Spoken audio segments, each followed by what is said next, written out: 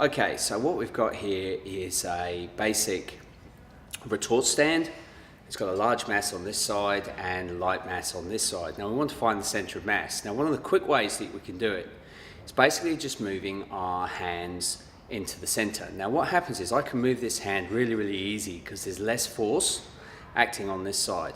Although on this side I've got a lot of force acting downwards, so it's very difficult to move these fingers. So what I'll try and do is try and move both of my hands together and as quickly as possible, and the result is what will happen is I will find the center of mass simply by moving my fingers together. Let's try again.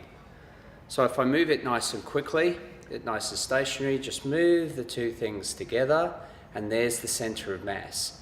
Now what's happening at this point, and if I just manage to get it on my finger, so what's happening now is the torque on this side, the force times the distance, is basically going to equal the force at this end with a huge distance.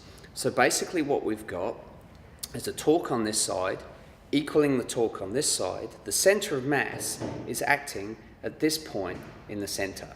So we can very quickly, simply by taking our two fingers on the object, this will allow my finger to move because there's little force acting in this direction. So I can move this together until eventually both fingers, and there's my center of mass. And you can see it's nice and straight. So literally what this is showing is the example that I put in the post, where basically we had the same torque acting on this side as this side. They're in equilibrium, but the force here is counteracted by the small distance, whereas the small force here is counteracted by the large distance on this side. Okay, so I hope that makes sense.